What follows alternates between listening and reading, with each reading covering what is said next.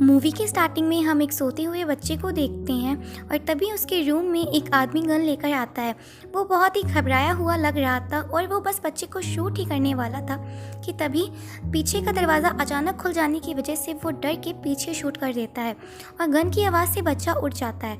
और फिर वो आदमी उस बच्चे को देख के ज़ोर ज़ोर से रोने लगता है, मानो जैसे वो बहुत दर्द में है, उसे बहुत दुख है। और तभी सीन शिफ्ट होता है और हम एक कपल को देखते हैं जिनका नाम जेसी हैप्सन और मार्क हैप्सन रहता है।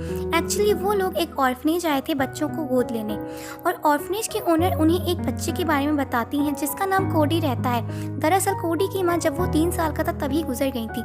इससे पहले भी उसे कुछ कपल ने गोद लिया था लेकिन वो अच्छे नहीं थे और दूसरे ने तो उसे अकेले ही छोड़ दिया था। तो वो दोनों तय करते हैं कि वो कोडी को ही गोद लेंगे। और फिर हमें जेसी को एक मीटिंग में दिखाया जाता है जहाँ वो बताती है कि कल वो एक बच्चे को गोद ले रही है। और फिर उसी रात जेसी अचानक उठ के बाथरूम में जाती है और बाथटब को टच करते ही उसे एक विजन दिखता है कि एक बच्चा डूब रहा है। एक्चुअली वो बच्चा जेसी और मार्क का ही था जिसकी बाथटब में डूबने की वजह से मौत हो गई थी। और नेक्स्ट डे ही ऑर्फनेज की ओनर कोडी को उनके घर ले आती हैं। कोडी बहुत ही वेल मैनर्ड बच्चा था, बहुत ही प्यारा, और उसको बटरफ्लाइज बहुत पसंद है। और फिर उसी रात जब जेसी कोडी को लेटा के सोने चली जाती है तब हम देखते हैं कि कोडी एक ड्रिंक पीता है जिससे उसको नींद ना आए और फिर वो बटरफ्लाइज की तस्वीरें देखता है। और नेक्स्ट डे उसका स्कूल में एडमिशन हो जाता है और वहाँ उसकी एक केट नाम की लड़की दोस्त बन जाती है। और एक दिन जब जेसी कोडी के रूम की सफाई कर रही थी तब उसे वहाँ एक बॉक्स मिलता है जिसमें बटरफ्लाई की बुक, कैफीन और टैबलेट थे जिससे नींद ना आए। फिर उसी रात जेसी कोडी से बोलती है कि उसको उसकी नींद ना आने वाली मेडिसिन मिली हैं। तब कोडी बोलता है उसको सोना पसंद नहीं है। तब जेसी बोलती है यहाँ उसे डरने की ज़रूरत नहीं है। तब कोडी बोलता है कि एक चीज़ है जिससे मैं डरता हूँ, द कैंकर मैन। वो तब आता है जब मैं सो जाता हूँ। और फिर वो बोलता है कि कैंकर मैन ने ही उसकी माँ को खा लिया था। जेसी उसे समझाती है कि तुम डरो मत। उसी रात जब जेसी और मार्क टीवी देख रहे होते हैं बहुत सारी ब्यूटीफुल बटरफ्लाइज चारों तरफ आ जाती है और मार्क एक बटरफ्लाई पकड़ लेता है। जैसे वो जेसी को दिखाने जाता है सारी बटरफ्लाइज गायब हो जाती हैं और वो लोग हैरान हो जाते हैं। और उसी रात जब मार्क और जेसी सो रहे होते हैं तभी जेसी पानी पीने के लिए उठती है और उसे किसी की प्रेजेंस फील होती है। वो डर जाती है और तभी एक बच्चा दौड़ता हुआ ऊपर जाता है। जब जेसी वहाँ जाती है तो सब नॉर्मल रहता है। नेक्स्ट डे जेसी मीटिंग में बताती है उसने कल अपने बेटे शॉन को देखा और बोलती है वो शायद मुझसे नाराज़ है कोडी से उसको रिप्लेस करने की वजह से। और तब रात में हमें कोडी दिखाया जाता है जो मार्क, जेसी और शॉन की फैमिली फ़ोटो देख रहा था और उसके बारे में उनसे पूछ रहा था।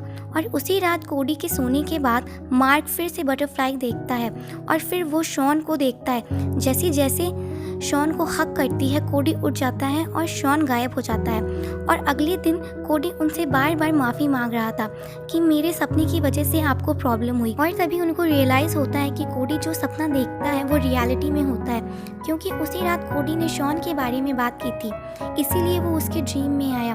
तो फिर जेसी कोडी को यूज़ करना शुरू करती है अपने बच्चे शॉन को देखने के लिए। कोडी को अपने बच्चे के बारे में बताती है, उसकी वीडियोस दिखाती है जिससे कोडी के सपने में फिर से शॉन आए और वो उसे देख पाए। और यही होता भी है, कोडी के सोते ही शॉन आ जाता है क्योंकि कोडी उसी का ड्रीम देख रहा था। और तभी अचानक से एक अजीब सा क्रिएचर कोडी की तरफ बढ़ता है। इससे कोडी की नींद टूट जाती है और सब गायब हो जाता है। एक्चुअली वो अजीब सा क्रिएचर कोडी का नाइटमेयर था। कोडी ने उसका नाम द कैंकर मैन रखा था। और फिर मार्क जेसी का इंटेंशन समझ जाता है और शॉन की सारी तस्वीरें हटाने लगता है, बोलता है ये सब गलत है। और तभी उनकी थोड़ी बहुत बहस होती है इस बात पे। और नेक्स्ट डे स्कूल में कोडी को एक बदमाश बच्चा परेशान करता है और कोडी की तबीयत खराब थी इसीलिए वो स्कूल में ही सो जाता है। फिर वो बदमाश बच्चा वहाँ भी आ जाता है लेकिन तभी कैंकर मैन आ जाता है और उसको खा जाता है। और ये सब बाहर से केट भी देख रही थी और उसके चिल्लाने से कोडी उठ जाता है। और फिर कोडी बहुत परेशान हो गया था, वो रात में सो ना जाए इसीलिए वो ड्रिंक पीता है लेकिन फिर भी वो आधी नींद में चला जाता है। फिर उसे कोई बच्चा दिखता है और इधर नीचे जेसी को शॉन दिखता है लेकिन वो चिल्ला चिल्ला कर बोल रहा था मैं जगा हूँ, मैं जगा हूँ, क्योंकि कोडी इधर आधी नींद में यही बोल रहा था। फिर कोडी को एक अजीब सा बच्चा खींच रहा था, तभी जेसी आ जाती है कोडी के पास।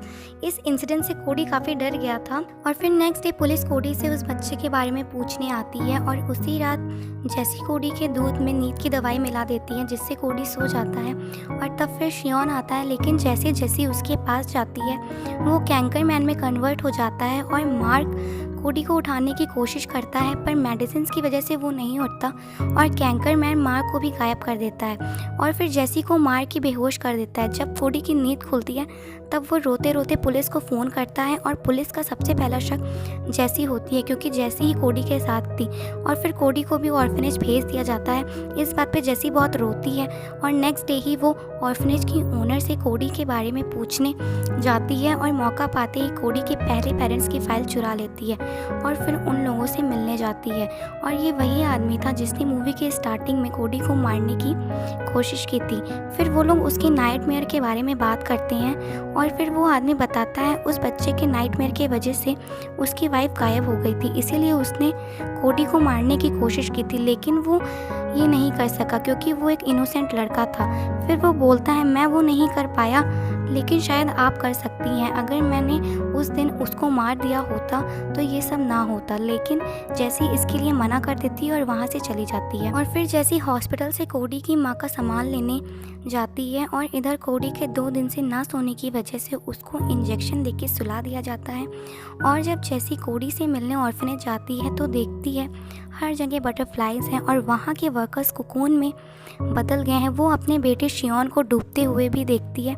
जिस तरह उसकी मौत हुई थी वो अपने आप को देखती है एक अजीब से रूप में जो कोडी के पास जाके उसका सर मरोड़ रही थी और तभी वो माँ को भी एक भयानक रूप में देखती है। और फिर कैंकरमैन आ जाता है। वो जेसी की तरफ आता है पर वो डरती नहीं है और बटरफ्लाई वाला पिलो उसको दिखाती है जिससे वो उसे देख के शांत हो जाता है और जेसी उसे गले लगाती है और धीरे धीरे वो कोडी में बदल जाता है और सोते हुए कोडी को वो अपने साथ लेकर घर चली जाती है और कोडी को अच्छे सपने आने लगते हैं। और नेक्स्ट डे जेसी कोडी को उसकी माँ की डायरी दिखाती है और वो उसे उसकी माँ के बारे में बताती है। उनको कोडी के सुपर पावर्स के बारे में पता था। वो इस बात से बहुत खुश थी। वो कोडी से बेहद प्यार करती थी लेकिन उनको कैंसर था जिससे उनकी कंडीशन बहुत ख़राब हो गई थी। उस समय कोडी सिर्फ 3 साल का था और इसीलिए कोडी ने गलती से कैंसर को कैंकर पढ़ लिया था। और जब कोडी को उसकी माँ से आखिरी बार मिलवाया गया तो वो बिल्कुल बदल गई थी। उनका रूप काफ़ी भयानक हो गया था और यही सब कोडी के माइंड में चलता था जिससे उसे नाइटमेयर्स आना शुरू हो गए और उसे लगने लगा कि उसकी माँ को कैंकरमैन ले गया है, जबकि वो कैंकरमैन कोडी की मदर थी। इसीलिए जब बटरफ्लाई की पिलो उनको दिखाया गया तो वो उसको देखकर शांत हो गई थी और इसीलिए कोडी को बटरफ्लाइज इतनी पसंद थी। फिर उसी रात जैसी कोडी को एक अच्छी सी स्टोरी सुनाती है जिसमें गायब हुए लोग वापस आ जाते हैं। फिर हम देखते हैं कोडी अपने पावर्स पे कंट्रोल करना सीख रहा था और अब शायद वो गायब हुए लोगों को वापस ला सके और इसी सस्पेंस के साथ मूवी यहीं एंड हो जाती है। बिफोर आई वेक मूवी 2016 में रिलीज़ हुई थी। ये एक हॉरर थ्रिलर मूवी है। IMDb पे इसकी रेटिंग 6.2 आउट ऑफ 10 है। रॉटेन टोमेटोज पे 66% फ्रेश है और मेटाक्रिटिक स्कोर 68% आउट ऑफ 100 है। सो पर्सनली मुझे तो ये मूवी बहुत अच्छी लगी। आप ज़रूर बताइएगा कि आपको कैसी लगी और अगर आपको हमारा वीडियो पसंद आया हो तो प्लीज़ वीडियो को लाइक करें, शेयर करें, चैनल को सब्सक्राइब करें और कमेंट बॉक्स में ये ज़रूर बताइएगा कि आप नेक्स्ट एक्सप्लेनेशन किस मूवी पे देखना चाहेंगे। तब तक के लिए take care, bye bye, thanks for watching.